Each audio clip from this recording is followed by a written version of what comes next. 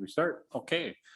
We will call the Public Information, Truth and Taxation meeting for Tuesday, December 21st, 2021 to order.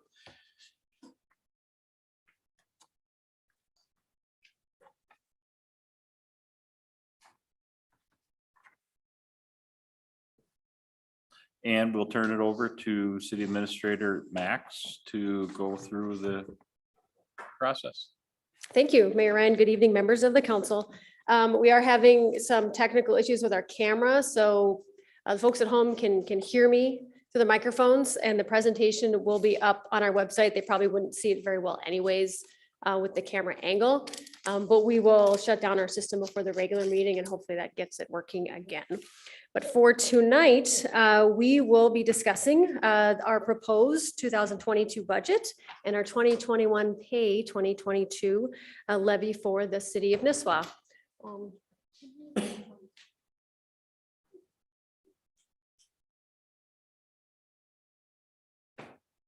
Perfect. Now I can move along. Okay.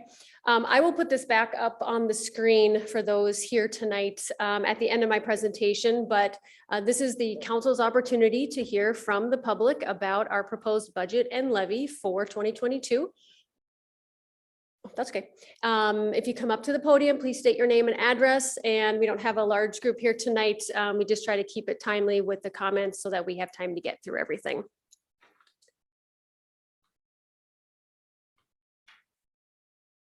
It's just not our day today.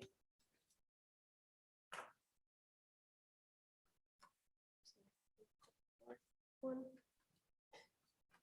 technology.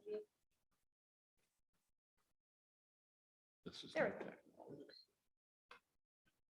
So we have the Truth and Taxation meeting to fulfill a state statute requirement. The levy may be adopted, our budget levy may be adopted at the same meeting. However, we do it at our regular meeting immediately following this presentation. This meeting is not intended to discuss property valuations or classifications. Those questions can go to Crow Wing County Land Services, and I will also have this phone number up at the end of the presentation as well. I'm going to cover three areas tonight, very high level broadly, and then certainly if there are specific questions from the public or the council, we can talk about those as well. I'm going to talk about our strategic plan conversations that we've had this year during the budget process, the general fund budget, again, high level, and then our resulting levy for next year.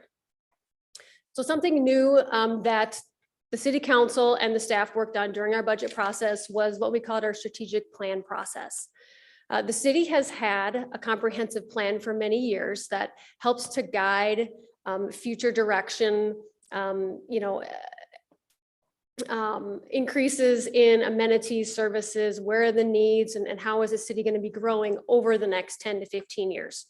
We've also had a citywide budget that we update every year and we adopt along with the levy, but there really wasn't a good way to tie in how do we achieve those goals that are outlined in our comprehensive plan with respect to the resources that we have available in our community.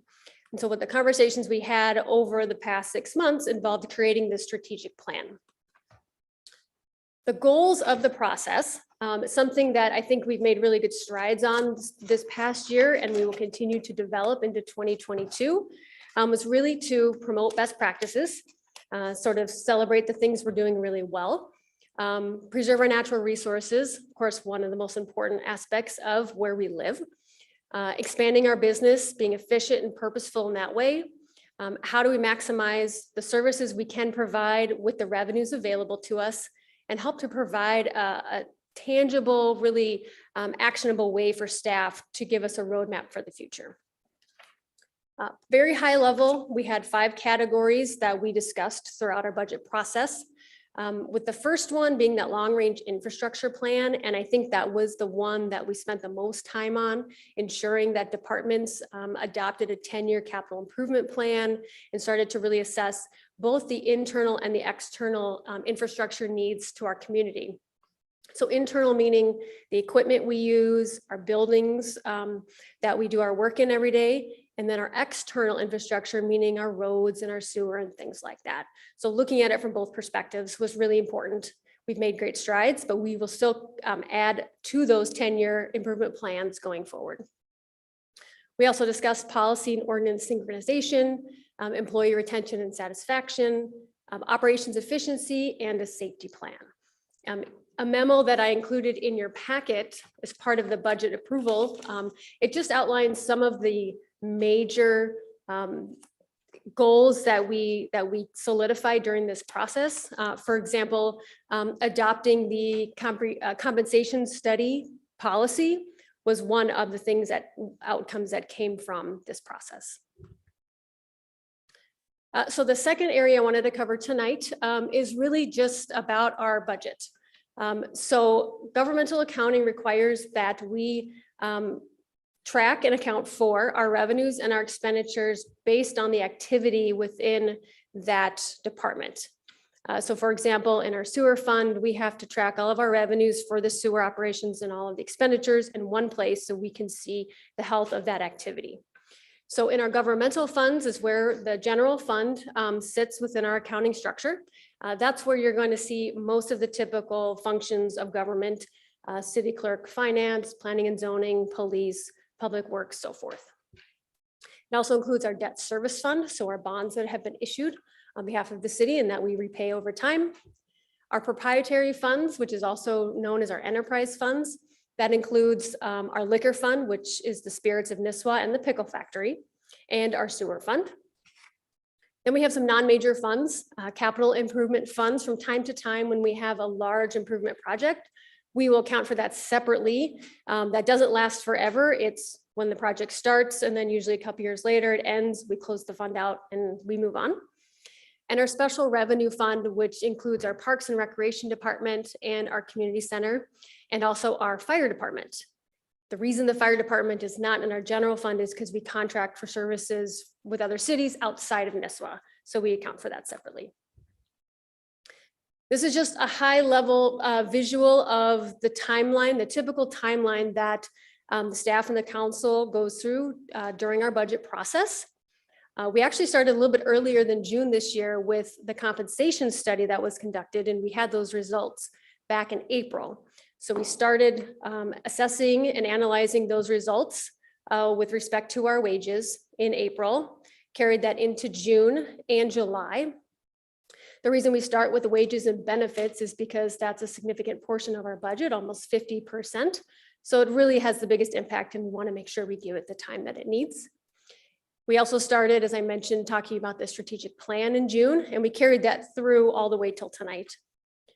In July and August, we continued conversations with individual departments on their budgets. And in September, we set our preliminary levy. In October, we discussed budgets with respect to our enterprise funds, so our liquor and our sewer funds. And in November, after we had set that preliminary levy in September, the county mails the proposed tax statements that everybody receives to see how their taxes are going to look for the county, the city, and the school district that they live in. Tonight is where we will approve, the council will approve your final levy and our citywide budget.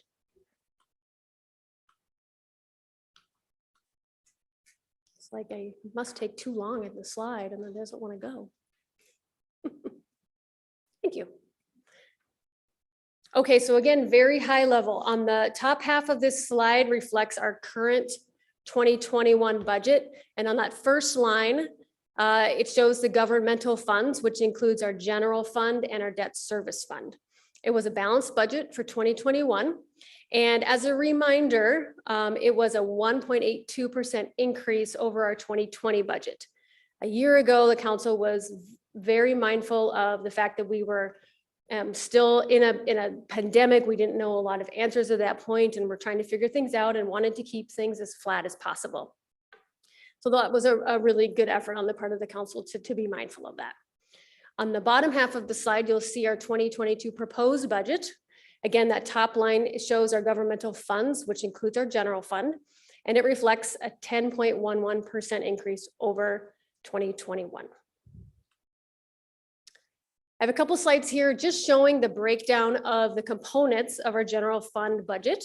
So on the revenue side, you will see that property taxes accounts for 84% of our revenues. We do not qualify for local government aid, so we don't receive money from the state in that regard.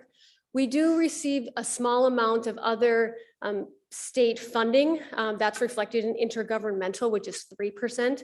Again, it's not substantial. Kind of comes and goes.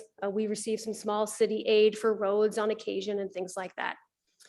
Transfers from other funds is the next highest percentage, which is 8%. And that is the transfer from our liquor fund from Pickle and Spirits, as I note on the right side of the screen. So $265,000 comes from those two departments to help offset the cost of our general fund. On the expenditure side, I have two visuals for you. On the left, you'll see expenditures by department, and on the right, just expenditures by category. So as I mentioned earlier, our wages and benefits account for 48% of our general fund budget. That's typical in government. We are a service-based organization, so our costs are going to be in the people who provide those services. On both sides, you'll see debt service is 17%. The two biggest departments within the city, police and public works, based on the staffing needs and the equipment and things like that, all of our breakdowns and percentages are very consistent, and it's something that our auditors look at each year to make sure we're not, kind of out of the norm within a city of our size. So as it relates to our proposed 2022 budget, so reflecting that 10.11% increase from 2021, here are some of the major components that make up for that increase. So as I mentioned, we had a compensation study conducted, and we looked at that information along with cost of living, which we all know is significantly higher than I think we've seen in a long time. So we wanted to make those adjustments as appropriately and as we could. So the total increase to wages was $108,000. The city did not make any increase to the health insurance contribution for next year. And we budgeted $70,000 for the cost of the services to provide for our recycling center. Now, I know I've shared with the councils that some of that has been in flux.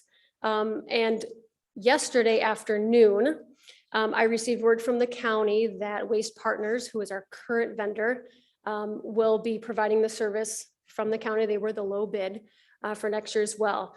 So the county will cover 50% of the cost, so $35,000. I have not adjusted this budget. I wanted to have a conversation with the council about that. We can probably have that more during the regular meeting. But part of the reason I left it was because we have been talking about an expansion, trying to move the recycling center in a better facility, and maybe that $35,000 would help offset some of those future costs. So something to think about, and we can certainly continue on with that. A couple other items, we increased the funding to the Parks and Rec and Community Center programming. Our property and liability insurance was flat, but our workers' comp has been going up. So that was about $20,000. And we did include $25,000 for state and county road project reserves. As the council knows, but the public may not, when the county or state comes into our city and does a road improvement or something like that, we get to share in that cost. We don't usually get a lot of conversation about what our percentage is. We just are told kind of how that works. So we want to start to create a fund for that to have the money available when that happens. We did not use any unreserved fund balance in this budget. It is a balanced budget, and we didn't pull from any of our reserves. So this is a high-level summary. This information's in your packet, available online. It just outlines all of the departments in our general fund specifically, again, showing the 10.11%.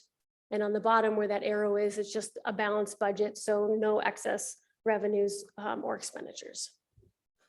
So how does that relate to our levy? So my third item for the presentation tonight. So in September, the council approved a preliminary levy of $2,873,950. That reflected a 14.5% increase over our 2021 levy. Part of that reason was because we didn't have a lot of answers to questions we were still working through at the time. Two of those questions being our union contracts As I mentioned, our wages are a significant portion of our budget, which has a big impact on what that final number would look like. So when the council set the preliminary levy in September, they did so with the directive that they'd like to see the final levy land between 10 and 12%. So we knew as staff, we needed to work on how can we decrease that to the extent possible. As I mentioned, the tax statements were mailed by the county in November. And again, here we are tonight to discuss it. So with that 10.11% budget increase proposed, and with the work we've done now that we have final contracts, one will be in your packet tonight for approval. I am presenting and recommending a final levy of 11% over 2021.